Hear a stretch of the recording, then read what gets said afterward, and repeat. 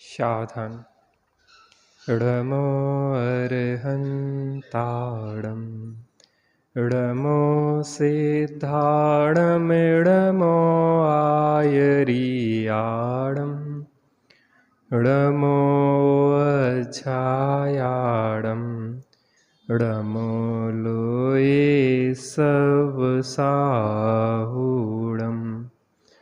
नमः समय साराय स्वानुभूत्या चकासते चित्स्वभावाय भावाय सर्वभावान्तरच्छिदे वन्दितु शवसिद्धे ध्रुवमचलमणोवं गतिं पत्ते वोच्छामि समय पाहुड मिडमो सुद केवली भड़िदम। पूर्ववध निज कर्म विपाकात् ज्ञानिनो यदि भवत्युपभोगः तद्भवत्वत् च रागवियोगात् नूनमेति न परिग्रह भावम्। कलश क्रमांक 146 महत्वपूर्ण कलश है।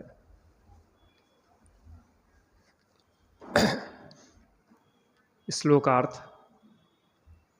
पूर्वबद्ध निज कर्म विपाकात्, पूर्वबद्ध अपने कर्म के विपाक के कारण ज्ञानिनः यदि उपभोगा भवति तत् भवतु, ज्ञानी के यदि उपभोग होता हो तो हो, अथ चा परंतु राग वियोगात्, राग के वियोग अर्थात अभाव के कारण नूनम वास्तव में परिग्रह भावम न एति, वह उपभोग परिग्रह भाव को प्राप्त नहीं होता।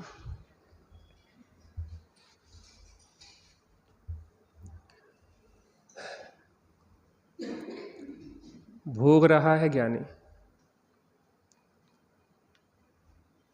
लेकिन नहीं भोग रहा है। भाई साहब वहां क्यों बैठ गए आज आप पीछे? भोग रहा है फिर भी नहीं भोग रहा है। कोई नहीं भोग रहा है फिर भी भोग रहा है। कोई भोगते हुए भी नहीं भोग रहा है, कोई नहीं भोगते हुए भी भोग रहा है।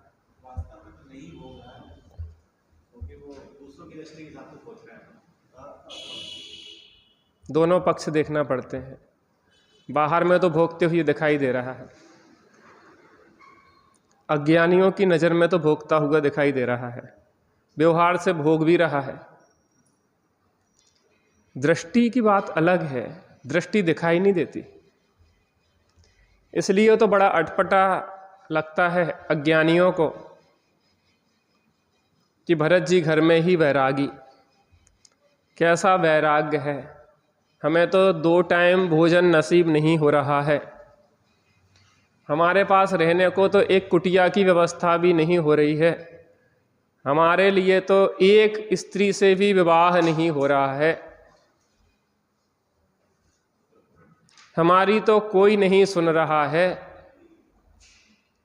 लेकिन चक्रवर्ती के ठाठ देखो, 6 खंड, 96,000 रानी, 14 रत्न, 9 निधियां, 32,000 मुकुटबद्ध राजा जिनके चरणों में नतमस्तक रहते हैं, उनकी एक आज्ञा पे प्राण देने के लिए भी तैयार रहते हैं। 96,000 रानियां निरंतर प्रस्तुत रहती है, अखंड भोगों को भोगता है चक्रवर्ती। उसके भोग में कोई व्यवधान नहीं आता है। आपको पता हो कि चक्रवर्ती की जो पटरानी होती है वो मासिक धर्म से नहीं होती, इसलिए उसकी संतान भी नहीं होती, क्योंकि जो स्त्रियां मासिक धर्म से नहीं होती हैं उनके संतान भी नहीं होती है, उससे ही वो निर्माण होता है। शिशु का।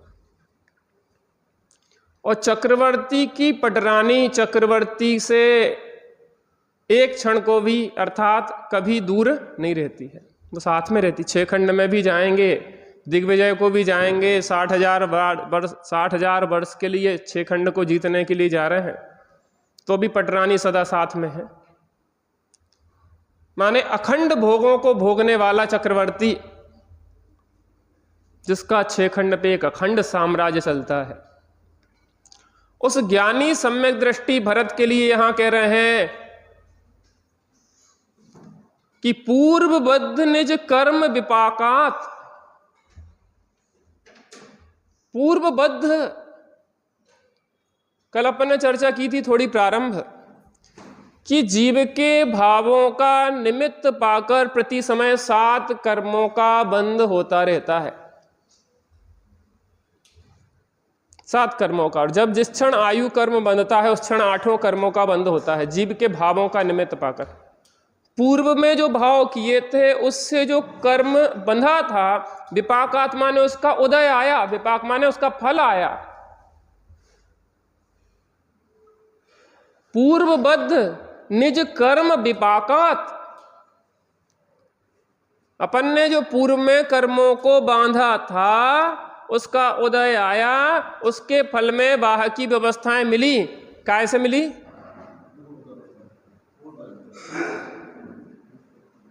थोड़ा सा मद्दा कर दें, 1 पॉइंट और इसको तो। हाँ,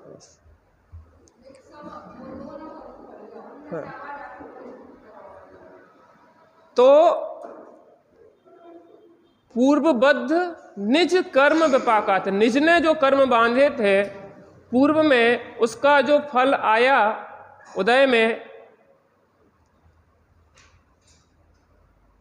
तो उस कर्म के उदय के फल में बाह्य सामग्री मिली। 6 खंड 96,000 रानी आदि समस्त विभूतियां मिली। पूर्वबद्ध निज कर्म विपाकात। अब वर्तमान पोजीशन में देखा जाए, ज्ञानिनो यदि भवत्युपभोगः,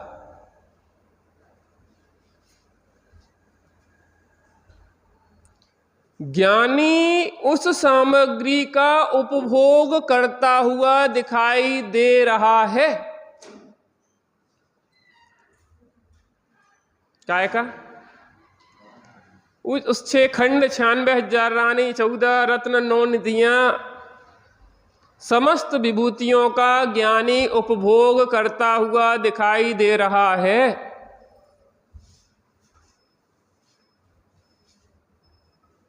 कैसे दिखाई दे रहा है? पूर्वबद्ध निज कर्म विपाकात, पूर्व में बांधे हुए कर्म के उदय के फल में जो सामग्री प्राप्त हुई है उसको ज्ञानी भोगता हुआ दिखाई दे रहा है। तद भवत वत चा राग वियोगात,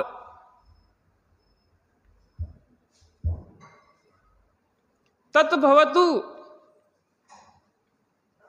उसका उपभोग करते हुए दिखाई देने पर भी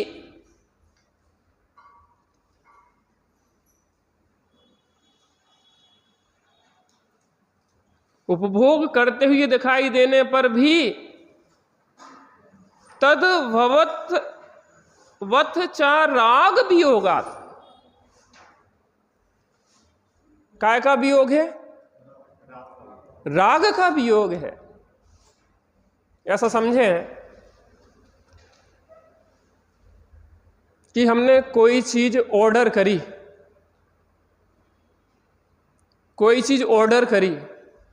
तो जिस क्षण ऑर्डर करी वो चीज हमने, उस क्षण तो उसको प्राप्त करने का राग था, लेकिन जब वो आई वस्तु, जब वस्तु प्राप्त हुई तब उसके भोगने का भाव खत्म हो गया। नहीं होता कई बार कि किसी समय हमने किसी चीज को अच्छा समझ के उसको बुलाया, उस समय तो उसको बहुत जिज्ञासा थी, कब आएगी कब आएगी कब आएगी। जब कुरियर से वो वस्तु आके आपके घर पे आपको डिलीवर हो गई, अब भाव ही चला गया। ऐसा समझो कि कोई फल आपने मंगाया, कोई भी चीज़ ऐसी खाने की मंगाई, जब खाने को मंगाई थी तब भूख थी, और जब आई तब भूख चली गई। ऐसा होता कि नहीं होता? ऐसा होता कि नहीं होता?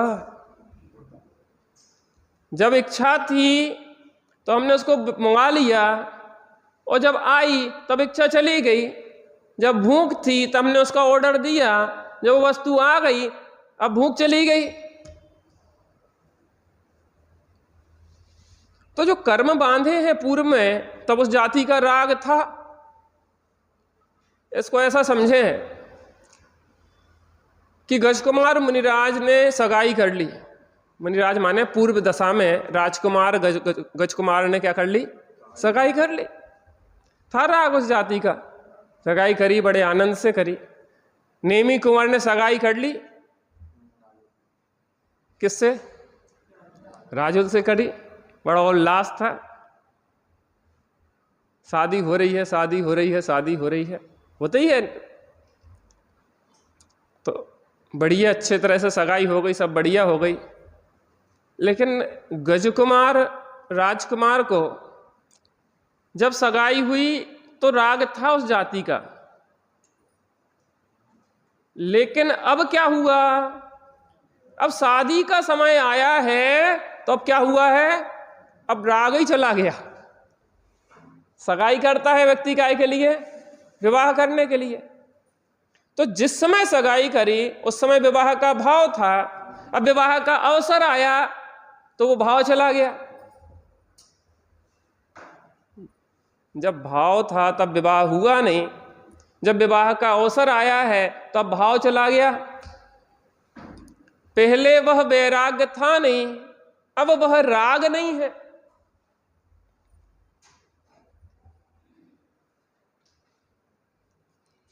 जब सगाई करी थी तब वह वैराग्य नहीं था, अब विवाह का अवसर आया तो वह राग नहीं है। यहां जो कह रहे हैं, तद भवत वत च राग वियोगात।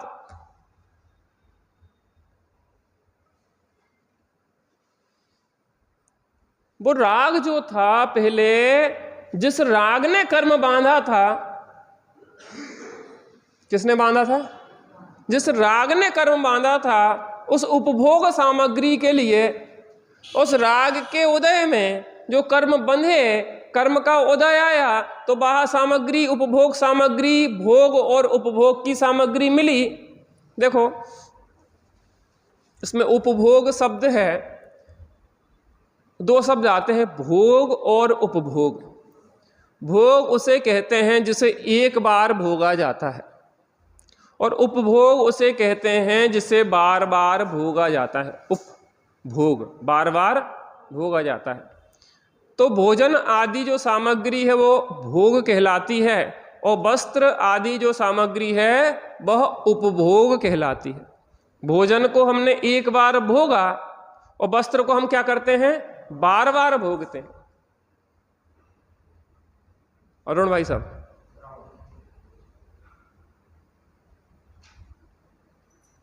तो भोग यहां उपभोग लिखा है, लेकिन भोग उपभोग दोनों लगा लेना।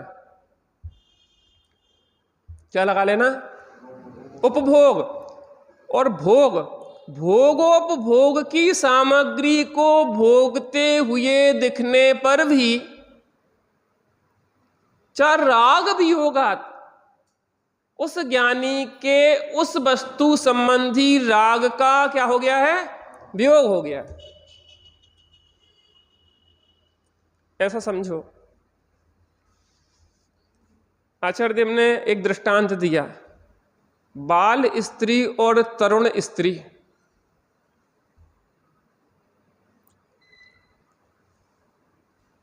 वो बाल स्त्री, पहले बाल विवाह हो जाते थे ना, तो बचपने में शादी कर दी जाती थी।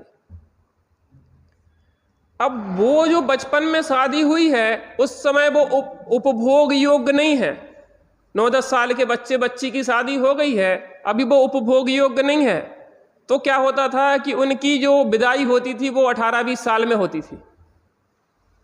जो भी जब बड़े हो जाते थे, शादी हो गई है, पक्की हो गई है।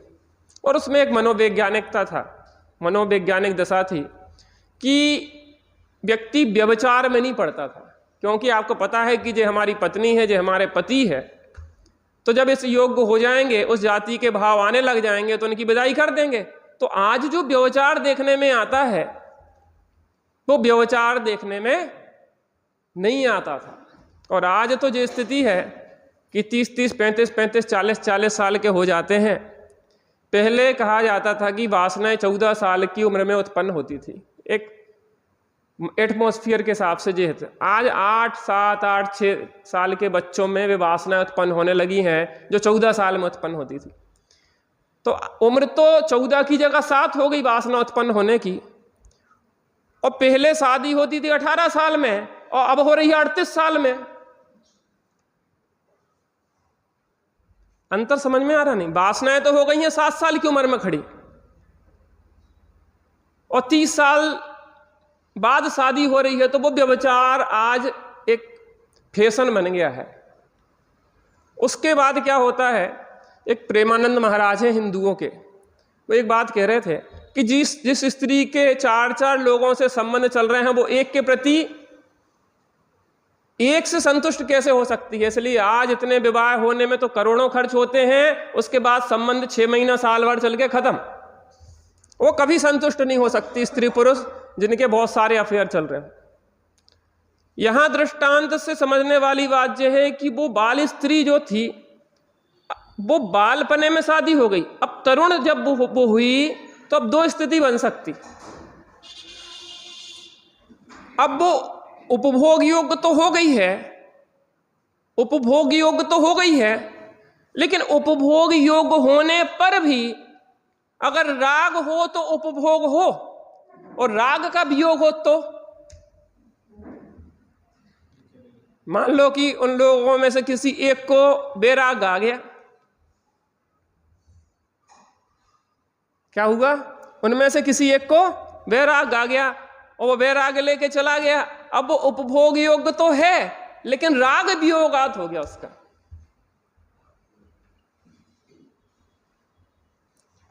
कर्म जब बांधा था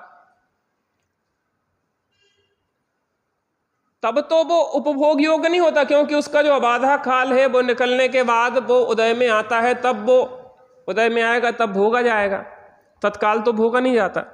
अब वो जो कर्म उदय में आया है, जिन राग भावों से कर्म बांधा था, अब वो राग भाव नहीं रहा भोगने का, वो राग वियोगात। भरत जी ने जिस राग भाव से, ऐसे भाव से बांधा था 6 खंड 96,000 रानियां का एग्रीमेंट, अब वो क्या हो गया? राग वियोगात। तो भाई साहब भोगते हुए दिख भी तो रहे हैं, ये कैसा राग वियोगात है, तो इसको थोड़ा समझना पड़ेगा। जब ज्ञानी की चर्चा आती है तो ज्ञानियों के अनेक भेद बन जाते हैं, और ज्ञानीपना तब आता है जब मिथ्यात्व अनंतानमंदी चली जाती है। कम से कम मिथ्यात्व अनंतानमंदी जाए तब ज्ञानीपना आता है, क्योंकि जब तक जीव को आत्मबोध नहीं होता, वो अपने को ज्ञान स्वरूप आत्मा श्रद्धान ज्ञान नहीं करता, और ज्ञान स्वरूप आत्मा में स्थिरता पूर्वक अतीन्द्रिय आनंद का वेदन नहीं करता, अमृत के निर्झर नहीं झरते, तो जो अपने को ज्ञान स्वरूप नहीं श्रद्धान कर रहा है, जो अपने को ज्ञान स्वरूप नहीं जान रहा है और ज्ञान स्वरूप इस आत्मा में प्रतिष्ठित नहीं हो रहा है, वो काहे का ज्ञानी?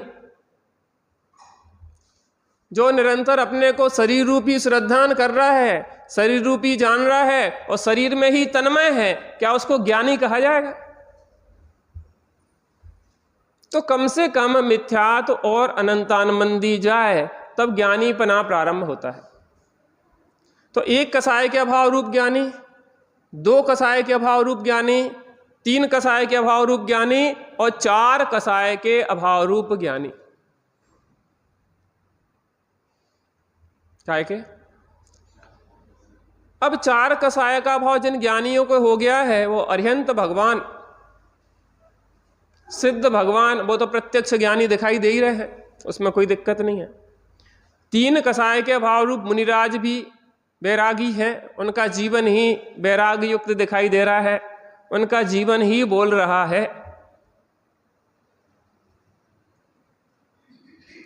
दिन रात आत्मा का चिंतन, मृदु संभाषण में बही कथन, निर्वस्त्र दिगंबर काया से भी प्रकट हो रहा अंतर मन। उनके जीवन से ही हमें वैराग दिखाई दे रहा है, उनमें भी हमें कंफ्यूजन नहीं है। अब पंचम गुण स्थान वर्ती है, वो भी विरक्त है एक प्रकार से, एक देश पापों का त्याग कर दिया है, तो भी वो उसके जीवन में कुछ ना कुछ तो विरक्ति दिखाई दे जाती है।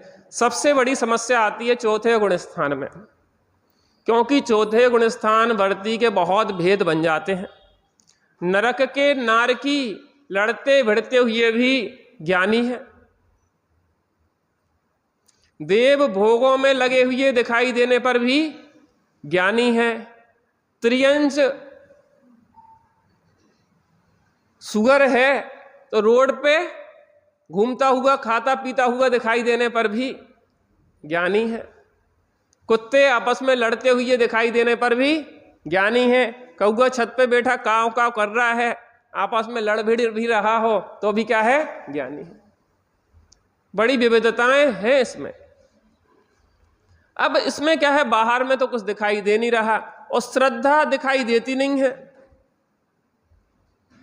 आप ये बताओ कि जिस घर में आप रह रहे हो,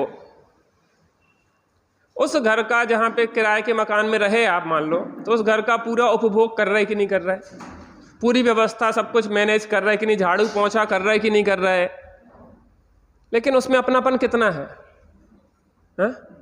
अब वो चीज हमें दिखाओ, आप श्रद्धा जो है आपकी वो आप हमें दिखाओ, दिखाओ श्रद्धा। इस घर में अभी आप रह रही हैं, अब आपका इसमें अपनापन छूट गया है, आप हमें दिखाओ कि अपनापन कहाँ छूटा। दिखाई नहीं जा सकती श्रद्धा। श्रद्धा जो आपकी है, प्रतीति है, वो दिखती नहीं है, दिखता है चारित्र। ज्ञान में निर्णय हो गया है, ज्ञान में निर्णय हो गया है, वो दिखाओ आप कहाँ निर्णय हुआ, आपको दिखाओ हमें। अरे वो ज्ञान का निर्णय ज्ञान में है, वो दिखाई नहीं देता। देखो इसी समय सारजी में एक धोबी के चादर का दृष्टांत दिया। काय का दृष्टांत दिया?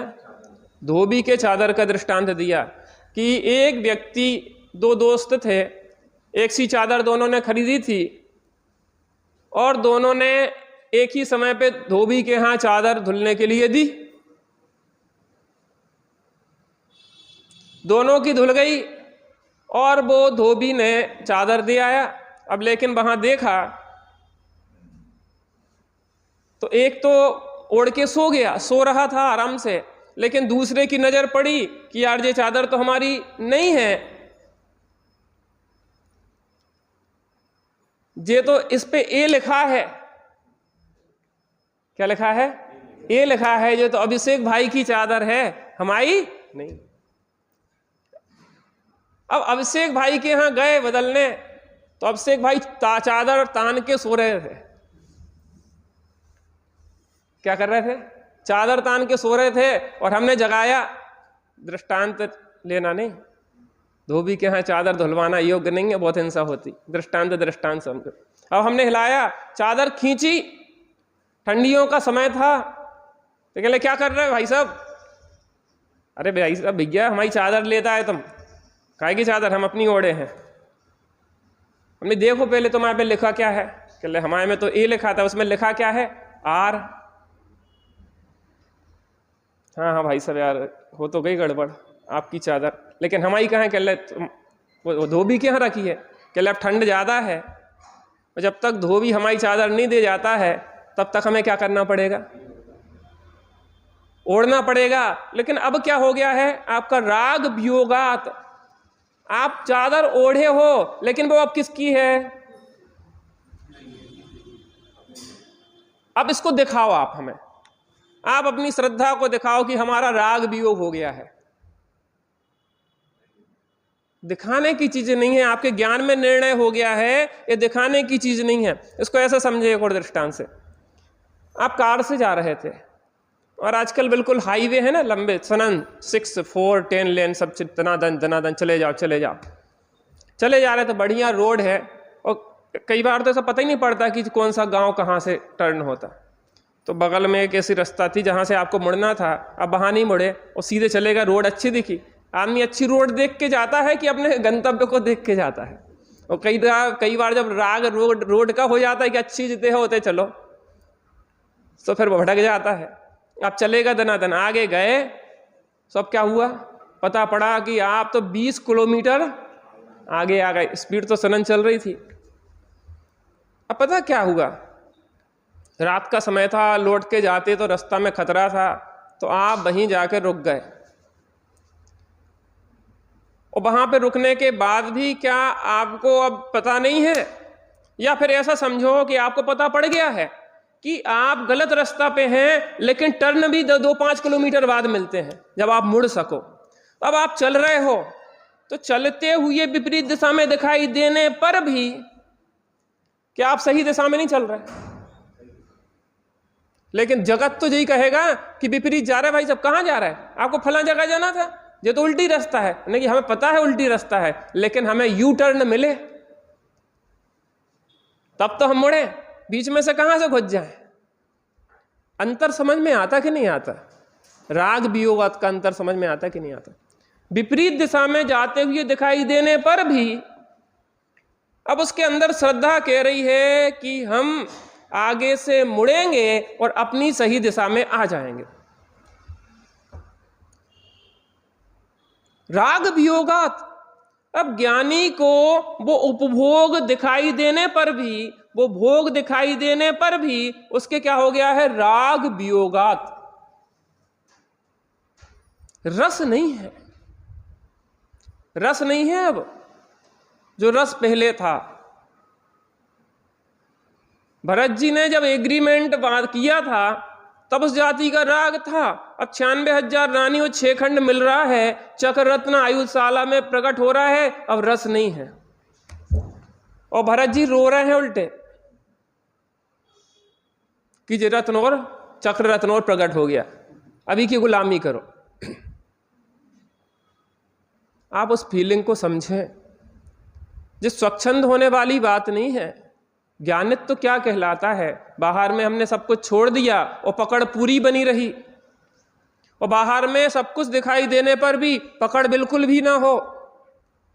ये अंतरंग श्रद्धान और ज्ञान का फल है।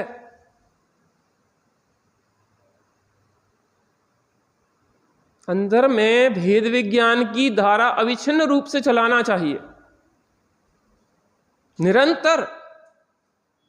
कब तक, यावत तावत पराचुत्वा ज्ञानम ज्ञाने प्रतिष्ठति, जब तक ज्ञान ज्ञान में प्रतिष्ठित ना हो जाए तब तक निरंतर भावना भाव।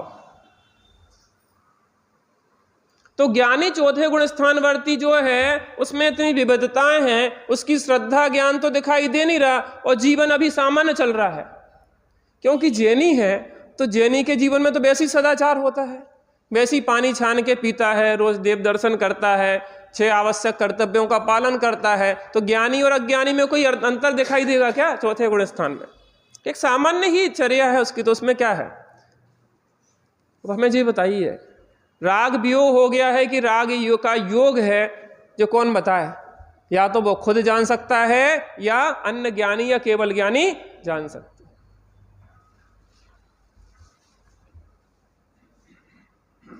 लेकिन इसमें भ्रम भी बहुत हो जाता है। मैं सम्यक दृष्टि हूं, मुझे बंद नहीं होता, और मुंह फुला के भी बैठ जाते हैं। तो भ्रम नहीं करना। लेकिन सच्चे ज्ञानित्व तो क्या होता है, भोग और उपभोग। तो भोग और उपभोग दिखाई देने पर भी, भोजन आदि को भोगते हुए दिखाई देने पर भी, अब इस भोग और उपभोग सामग्री का भी मुनिराज भी यहां पूर्व में चर्चा करके आए ना। मुनिराज भी भोजन करते हैं, मुनिराज भी जल ग्रहण करते हैं, मुनिराज भी शिष्यों का पालन करते हैं, संघ का संचालन करते हैं। आचार्य जिन शासनो उन्नति करा, जिन शासन की उन्नति का भाव उन्हें भी आता है, जिन शासन की प्रभावना का भाव उन्हें भी आता है, परंतु राग वियोगात, राग का वियोग है, वो भोगते हुए भी नहीं भोग रहे। देखो अपन ने भावार्थ देखा था शायद 212 गाथा का। ऐसी आपको कितना याद है इसकी देख लेते हैं। तो मुनिराज को भी आहार करते हुए देखा जाता है, तो उसके कुछ कारण बताए थे कैसे होता है। कौन बताएगा? थोड़ा थोड़ा प्रयास करो।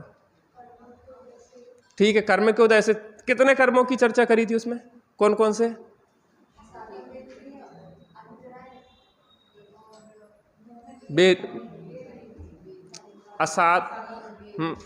असाता वेदनी हो गई, मोहनी चारित्र मोहनी हो गई, और कौन सी हो गई? अंतराय। ठीक है ना। अब यहां पे असाता वेदनी कर्म का उदय आया। काय का उदय आया? असाता वेदनी कर्म का उदय आया। तो उस असाता वेदनी कर्म के उदय से क्या होती है? भोजन की माने इच्छा होती है। अब उसमें अंतराय कर्म होता है, उससे वो भूख सहन नहीं होती है, और चारित्र मोह के उदय से उस भोजन का उपभोग होता है। अब ये सब काय का खेल है? कर्म का ढक्का है।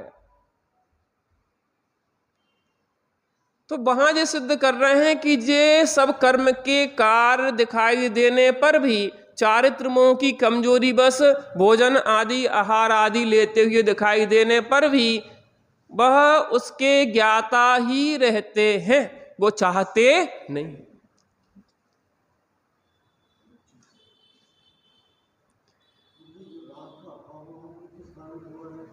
हाँ?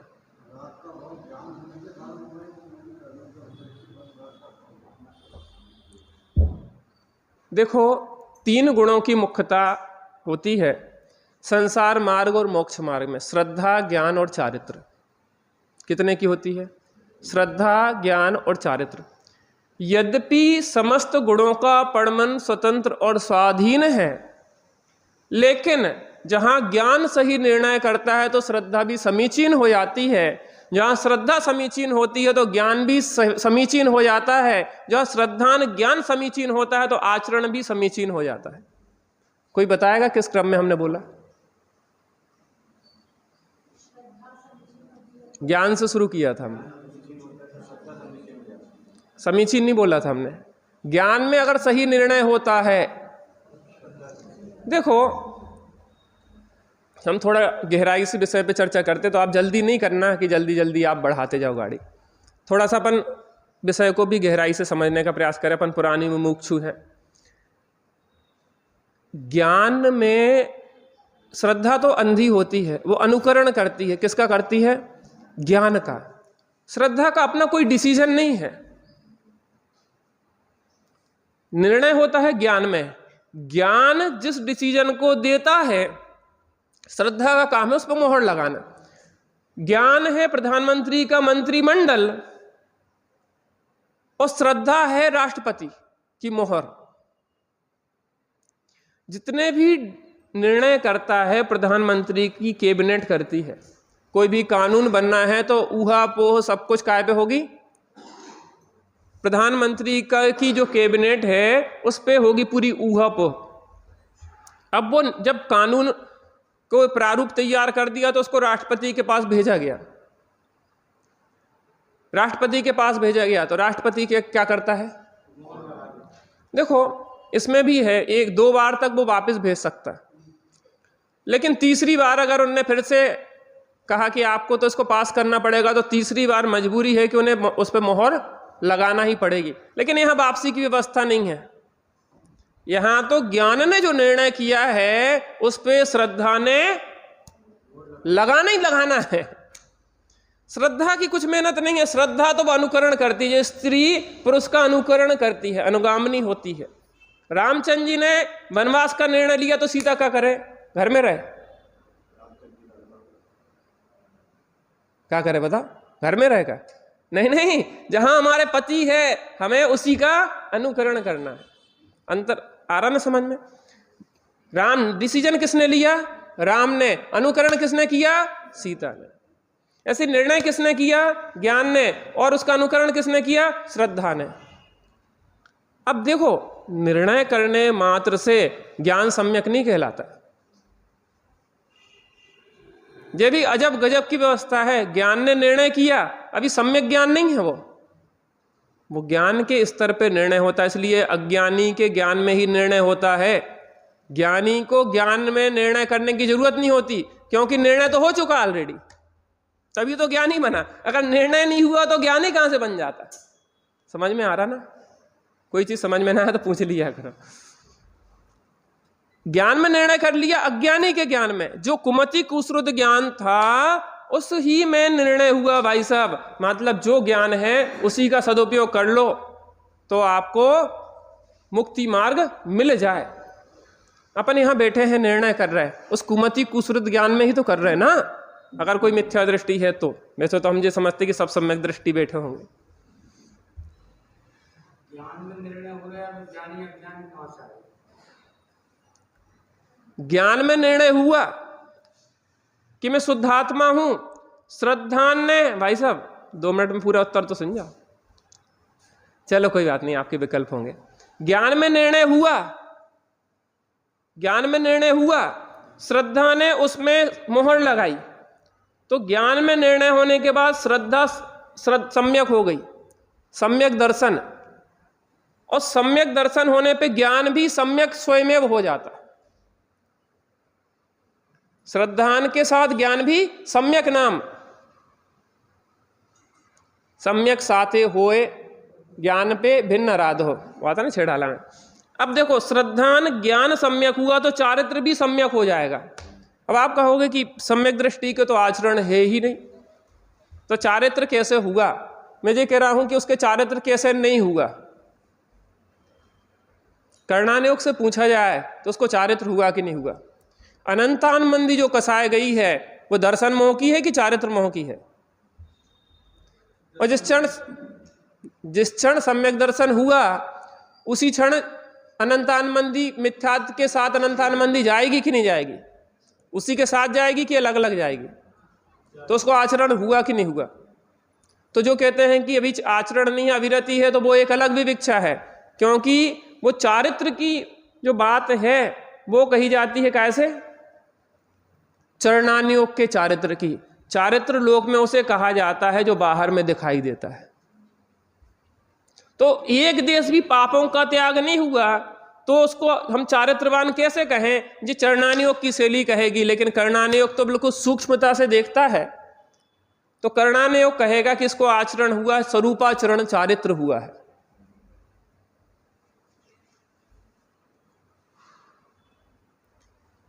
तो श्रद्धान ज्ञान की समीचीनता एक साथ हो गई और उसके साथ चारित्र की भी समीचीनता हो गई। अब चारित्र में पड़ता है क्रम।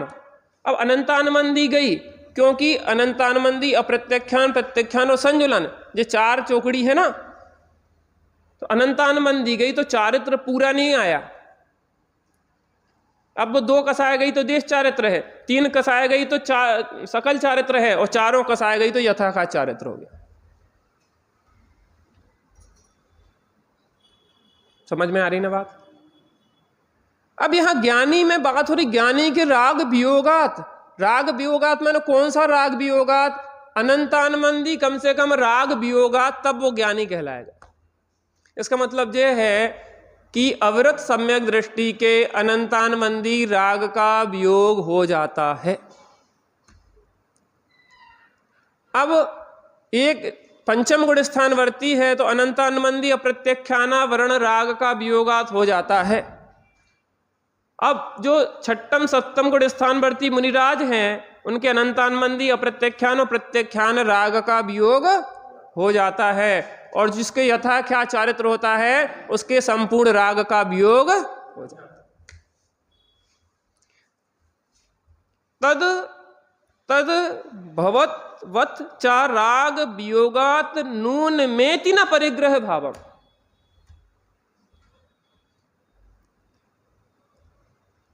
यहां पे जो श्लोकार्थ देख रहे थे, पूर्वबद्ध अपने कर्म के विपाक के कारण ज्ञानी के यदि उपभोग हो तो हो, उपभोग माने भोग, उपभोग हो तो हो, हो तो हो, नहीं हो तो नहीं हो। 96,000 विवाह हो जाएं सो कोई दिक्कत नहीं, एक ना हो सो कोई दिक्कत नहीं।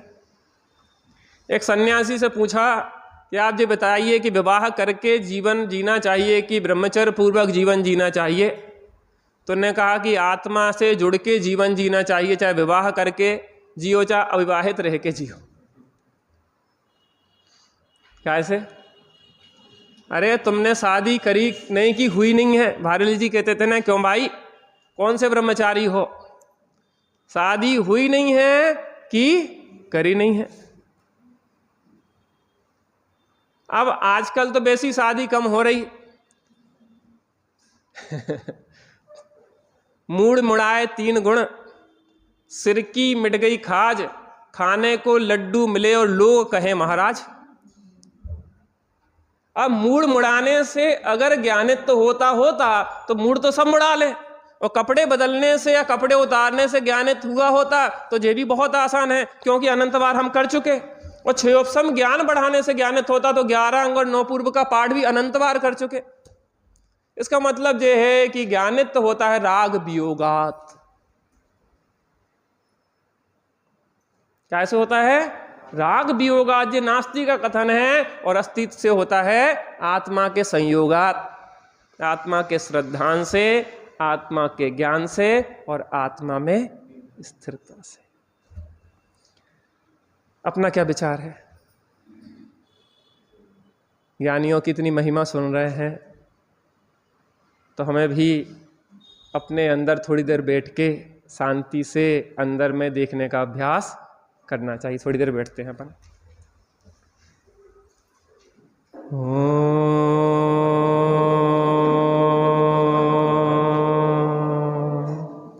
शांति शांति शांति।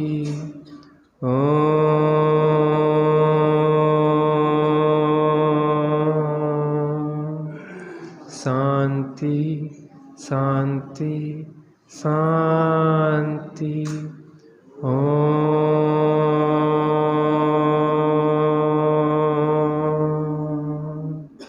शांति शांति शांति।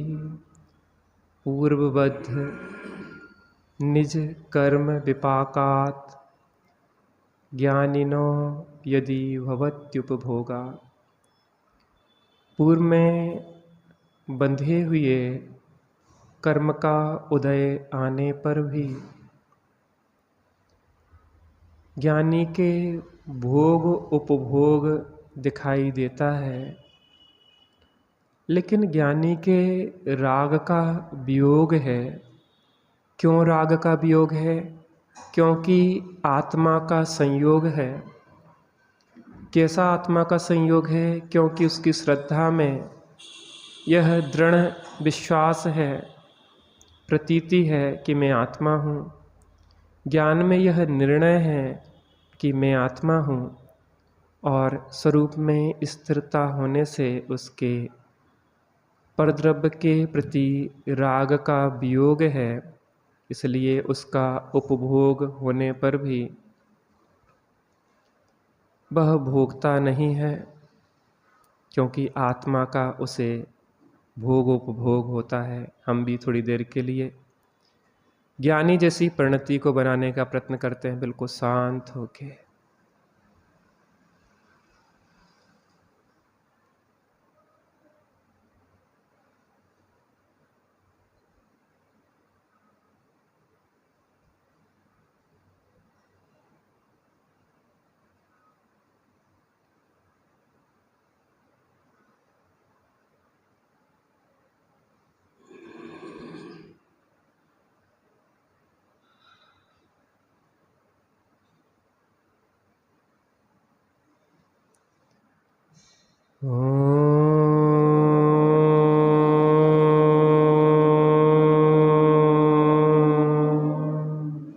शांति शांति शांति।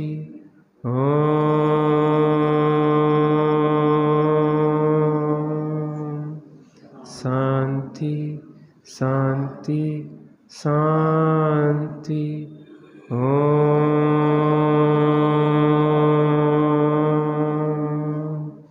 शांति शांति शांति। सहजानंदी शुद्ध स्वरूपी अविनाशी हूँ आत्मस्वरूप। सहजानंदी शुद्ध स्वरूपी अविनाशी हूँ आत्मस्वरूप। सहजानंदी शुद्ध स्वरूपी अविनाशी। एक सूचना, आज शाम को त्यागी जी से सबका स्वाध्याय आश्रम में होगा। शाम 8 बजे से सभी लोग लाभ लें। निज निधि निज में बताई, यह अनंत उपकार है। उसके लिए जिन वाणी माँ को वंदना सतबार है, वंदना सतबार।